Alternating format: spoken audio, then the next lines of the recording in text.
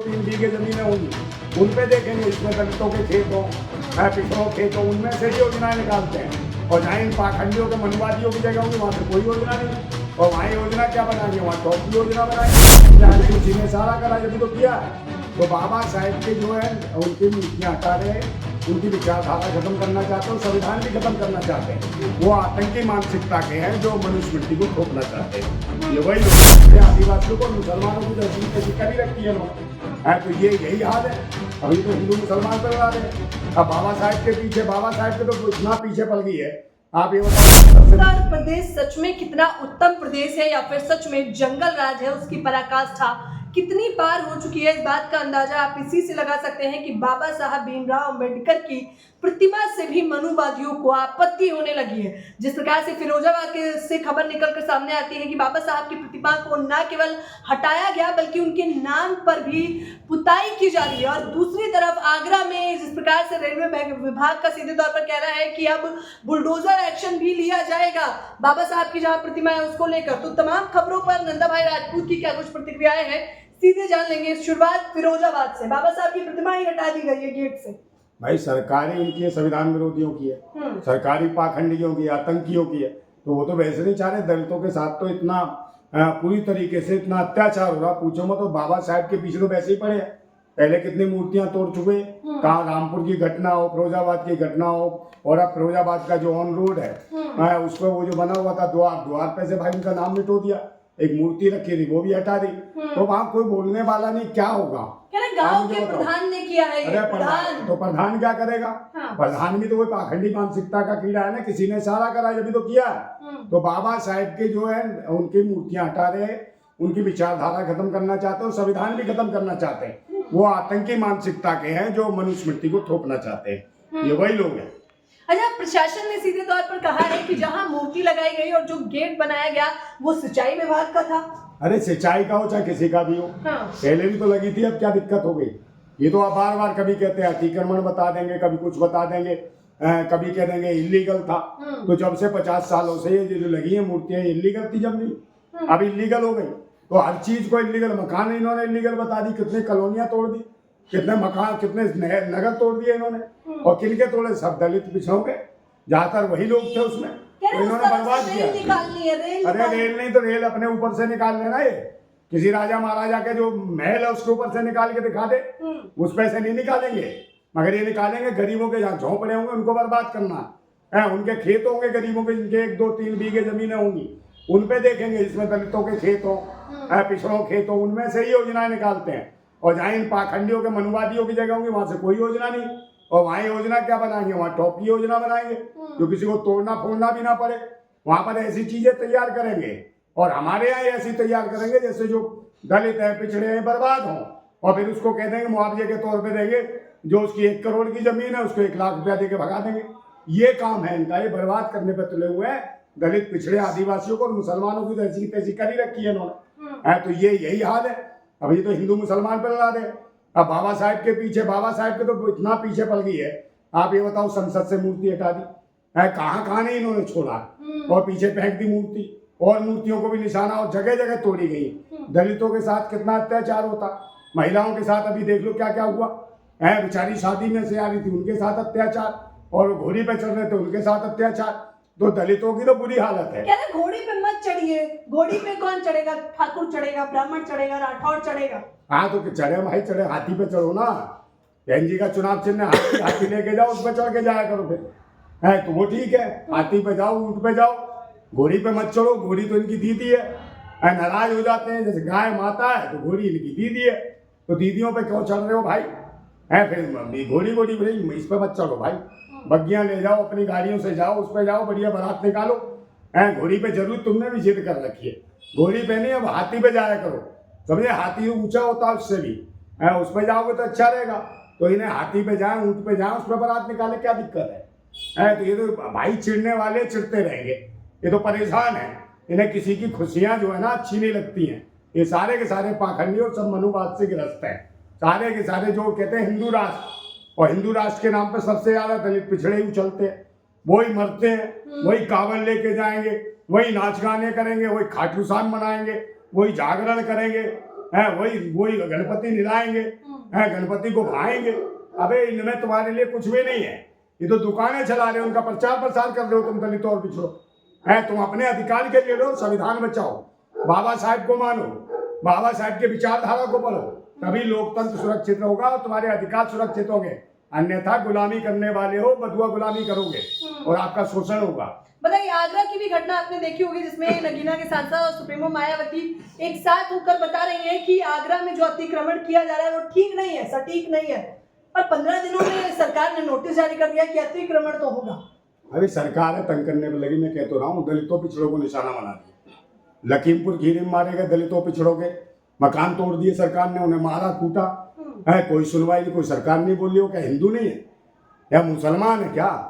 तो भाई सबसे ज्यादा मुसलमान जो हालत है, मुसलमानों से भी बदतर हालत आज दलितों और पिछड़ों की है। तो मुसलमान दलित पिछड़े सब एक हो जाए। जब भी अखिलेश यादव ने भी पीडीए तैयार किया था, इसीलिए करा के एकजुट हो जाओ, आप एकजुट हो, आंदोलन करो, आप डरो मत। ये आपको डरा रहे हैं, और डराने तो डरो, कितनों को मारेंगे, कितने लोग मरे भाई उसमें भगदड़ में, है जो प्रयागराज में हुई, सारे दलित पिछड़े मरे, उनके भी तो नाम इन्होंने बताए नहीं ना। इन्होंने नाम नहीं बताया ताकि पता चल जाएगा कि कौन मरे, सब दलित और पिछड़ी जातियों के लोग, तो सब जागरूक होने लगेंगे। तो नाम इसीलिए उजागर नहीं करे इन्होंने। दिल्ली में भी वगे रेलवे स्टेशन पर मरे, उनके भी नाम उजागर नहीं किए इन्होंने। तो मरने वालों की लिस्ट ही नहीं बताई इन्होंने। मूर्ति से इतना लगाव क्यों? मतलब पंजाब में भी आपने देखा होगा कि किस प्रकार से बाबा साहब की प्रतिमा में कील ठोकी जा रही थी। हाँ कील ठोक रहे हैं भाई, तोड़ रहे हैं, उंगली तोड़ देते हैं, गर्दन तोड़ देते हैं, नाक तोड़ देते हैं। बताओ तो क्या होगा? क्यों कहीं ना कहीं हमारे ही नेता है, कहीं ना कहीं गुलामी कर रहे हैं, चाटुकारिता कर रहे हैं, पाखंडियों के में चरण वंदना कर रहे हैं, चरण चुम्बन कर रहे हैं। यही वजह है जिन्हें हम रहनुमा समझ रहे हैं, दलित नेताओं को, पिछड़े नेताओं को, वही हमें गुलामी करवा रहे हैं। और बाबा साहब के साथ जो हो रहा है उनकी देन है। अब आप लोग लड़ाई कैसे लड़ेंगे? सवाल तो सीधा सा है कि कैसे लड़ेंगे ये लड़ाई? कहना मूर्ति आप लोगों की तो जाने सुरक्षित नहीं है, आप लोग मूर्ति के पीछे पड़े हैं। भाई लड़ेंगे ना अपने लिए, हम एकजुट हो जाओ। भारत भारतवासियों का है, दलित पिछड़ों का है, 85% लोगों का है, और 85% जो मान्यवर काशीराम का नारा था है, उसको लेके चलो आप। जमीनी स्तर पे लाने वाले जो काशीराम है, बाबा साहब के संविधान को, जो विचारधारा को नीचे लाए, और अगर इस पर तुम आंदोलन कर जाओगे तो निश्चित रूप से जो बाबा साहब ने संविधान में जो अधिकार दिए हैं भाई दलितों को, पिछड़ों को क्या मिल रहा? कुछ भी नहीं मिल रहा। आरक्षण के नाम पर 27% आरक्षण की बात की थी, 13% दिया, उसमें भी कुछ नहीं मिल रहा है। उसमें भी ये लोग पीछे के गेट से दूसरों को बुला रहे हैं, और दलितों में भी यही हाल है भाई। सारे के सारे वो इन्होंने SC कोटे के अपने सर्टिफिकेट बनवा लेते हैं, पाखंडी मनवादी लोग, और ये सारे भर्ती हैं। मगर अब इसकी जांच कौन बैठा है? क्योंकि जांच बैठाने वाले भी यही लोग हैं। तो कहीं ना कहीं दलितों के आरक्षण वाली सीटों पर भी यही काबिज हैं, लिख लेंगे फलाने कुमार, फलाने कुमार, फलाने कुमार, मगर होते वही पाखंडी हैं। और लोगों को एहसास भी नहीं होता। फिर कौन पूछ रहा है कि किस कोटे से तू लगा हुआ है नौकरी पे? जब नौकरी पे लगा तो लगा है। तो फिर यही हालत है। अगर आज भी जांच हो जाए तो निश्चित रूप से कम आधा %, मतलब 100 में से 50% लोग जो है ना, वो मनवादी लोग होंगे जो आरक्षित सीटों पर लगे हुए हैं, और वो भी दलितों की सीटों पर लगे हुए हैं। तो इसका सर्वेक्षण कौन करेगा? कौन से अयोग्य हैं वो सब? अयोग्य हैं वो, और वो इस लायक नहीं थे, वो लोग बैठा रखे हैं वहां पर, हैं समझे ना? सारे मनवादी हैं, और जिन्होंने दलितों के सर्टिफिकेट बना रखे हैं दलितों के नाम से, वो सारे के सारे नौकरी में, जो नौकरी खाली होती है सारे वही लोग बैठे हैं, उससे भरवा देते हैं। और कौन पूछने वाला है? इनकी इंक्वायरी कौन करेगा? तो सारे अधिकारी तो मनवादी हैं, और इंक्वायरी होती है तो साइड में हो जाता है। मगर तुम्हारा तो ये हालत है कि ST OBC का सर्टिफिकेट भी बनाना पड़े, है तो सर्टिफिकेट बनाने के लिए, प्रमाण पत्र बनाने के लिए आपसे पता नहीं क्या क्या मांग लिया जाता है, और कितने महीनों साल भर आपको चक्कर पे चक्कर लगवा देंगे। ये हालत कर रखी है क्योंकि सारे लोग मनवादी बैठे हैं सिस्टम में, वो आपको आने नहीं देना चाह रहे। और जो बाबा साहब नौकरियां भी दे गए थे, उसमें भी 50% नौकरियों पर आज वही ब्राह्मणवादी बैठे हुए हैं, और दलित का सर्टिफिकेट बना के इनकी जांच कराई जाए तो देख लेना खुल जाएगा सब। और जो बहुत सारे तो नौकरी करके रिटायरमेंट भी हो गए। तो आपके अधिकार छीन रहे हैं लोग। और जब भी मैं कह रहा हूँ ये धर्म जो पाखंड है, इससे दूर बचे, समझे, संविधानवादी बने, जागरूक बने, तार्किक बने। तो मोदी जी तो खुद कहते हैं कि हम संविधानवादी हैं। कहीं कोई आदिवादी नहीं है, जिसकी माला डालता उसी को बर्बाद करता है। योगी जी भी देखिए, वो भी ऐसे ही है, पाखंडी है भाई। वो अभी ने क्या कहा था? उसको कह दिया CO को कि CO तो पहलवान है। उसने उल्टा सीधा बयान दिया कि भाई तो ये तो धर्म मजहब पे करते, तो इनके पीछे अगर हैं वाकई संविधानवादी तो वो मनीषा वाल्मीकि के साथ जब हुआ तो क्या मिला भाई, वो हिंदू नहीं थी, पिंकी लोधी के साथ हुआ। और उन्नाव में जो था वो कुलदीप सिंह सेंगर ने इसका रेप कर हत्या करा दी उसके वकील तक की, और कुछ नहीं हुआ उसका, तब का संविधान चला गया इनका। और वो जो गौ मांस जो पकड़ा गया अभी पूरन जोशी जो आरएसएस का आदमी था, 400 टन गौ मांस पकड़ा गया, इसकी जगह वो दलित पिछड़ा मुसलमान होता तो क्या होता उसकी ऐसी तैसी कर दी होती, और मैन स्ट्रीम मीडिया ने छा रखा होता। मगर इनका कहां से मामला दब गया, खुलने के बाद भी पता नहीं चला।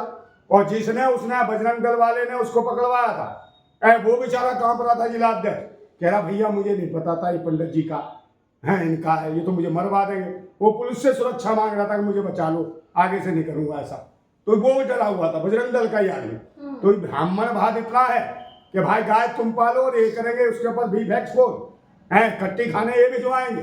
तो ये वो लोग हैं जो आपसे गाय पलवा कर और फिर उसके बाद व्यापार कर रहे हैं गौमांस का, पूरन जैसी जोशी जैसे लोग। तो इनके खिलाफ कौन कार्रवाई करेगा? आप लोग एकजुट हो जाए पाखंडियों के खिलाफ। और पहले जब सरकार बनाई होगी ना तो बूचड़ खाने, ये बूचड़ खाने, आज भी वो बूचड़ खाने चलने क्या कर दिया इन्होंने वैध अवैध, क्योंकि 27 में सरकार बनाई। अरे भाई कई सरकार करनी बननी इनकी। अगर वो मशीन हटा दे तो ये कभी जिंदगी में नहीं आ सकते। ये मशीन की वजह से आ रहे, निर्वाचन आयोग में वही पाखंडी घुसे हुए हैं, मशीन खत्म ही नहीं करना चाहते। अगर बैलेट पेपर से चुनाव हो जाए, मैं गारंटी से कह रहा हूँ ये कभी जीवन में नहीं आ सकती भाजपा, इस बात को लिखवा लेना। क्या संविधान विरोधी है बीजेपी सरकार? और खासतौर पर बिल्कुल संविधान विरोधी है, भारतीय विरोधी है, भारत के विरोधी है बीजेपी, भारतवासियों के विरोधी है, भारतीय लोगों के विरोधी है। समझे, ये तो पाखंडी लोग हैं, मनुवादी लोग हैं, ना इनके बीवी है, ना बच्चे हैं, ना आस है, ना औलाद है, फिर काय के लिए मर रहे हैं? कि ये तो अय्यासी लोग हैं, अपनी मौज मस्ती करते, जिस मर्जी का मकान तोड़वाने की धमकी दे देते हैं योगी जी। कभी कहते इसका इलाज करना, क्या वैद है, हकीम है, कौन है जो इलाज कर देगा? ये अनपढ़ लोग बैठे हैं, अशिक्षित, पढ़े लिखे है नहीं। तो मिट्टी मिलाने काम है इनका, क्या कहीं का पहलवान है, योद्धा है जो मिट्टी मिलाएगा? अरे भाई पढ़े लिखे होते तो ऐसे बयान नहीं देते। सरकार जो चलती है कानून से चलती है और संविधान से चलती है, ये तानाशाही से नहीं चलती है।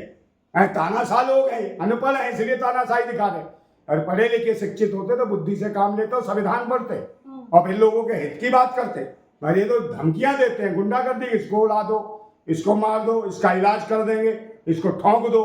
तो ये मुख्यमंत्री है, साधु है, साधु के भेष में आतंकी है, कहीं ना कहीं दहशतगर्द आदमी है। अच्छा, मुझे आखिरी सवाल लेना है नंदा भाई राजपूत से, और खासतौर पर राजपूत तबका कैसे देख रहा है अगर अंबेडकर की प्रतिमा तोड़ी जाएगी और अतिक्रमण इस प्रकार से आगरा में जैसे किया जा रहा है, किया जाएगा, तो आप लोग क्या करने वाले? भाई हम तो विरोध कर रहे हैं ना, जो मूर्ति के खिलाफ चल रहा है, बाबा साहब की मूर्ति तो लगनी चाहिए और पूरी तरीके हर जगह लगनी चाहिए, क्या दिक्कत है? हमने तो मांगे करी थी, कब से लगे, 35 साल से लगे, हमने हर जगह मांगे करी। हमने कहा कि देश के जितने भी कोर्ट हो, चाहे हाई कोर्ट हो, सुप्रीम कोर्ट हो, चाहे लोअर कोर्ट हो, सभी कोर्टों के प्रांगण में बाबा साहब की मूर्ति लगे। और उसका जीता जागता सबूत है कि भाई सुप्रीम कोर्ट में वो मूर्ति लगानी पड़ी है, मगर उसके चक्कर में एक गेम खेल गए, संसद से मूर्ति हटा के पीछे फेंक दी गई। हम चाहते हैं संसद में भी वो दोबारा लगनी चाहिए प्रतिमा, और देश के हर कोर्ट में बाबा भीमराव अम्बेडकर के प्रतिमा लगनी चाहिए कोर्ट के प्रांगण में, ताकि दिखाई दे कि ये जो संविधान है, ये जो कानून है, ये बाबा साहब की देन है, जो हर समाज, हर कौम, हर धर्म को समान अधिकार देता है, समान न्याय की बात करता है। मगर आज जुडिशरी में और अदालतों में भी जातिवादी गुंडे बैठ गए। यही वजह है कि कठमुल्ले जैसे शब्दों का उपयोग जज भी करते हैं और मुख्यमंत्री भी करते हैं। तो कहीं ना कहीं संविधान को, लोकतंत्र को और बाबा साहब की मूर्ति, क्या बाबा साहब की विचारधारा को खत्म करने के एक इनका षड्यंत्र है। षड्यंत्र के खिलाफ देशवासियों को एक होना चाहिए।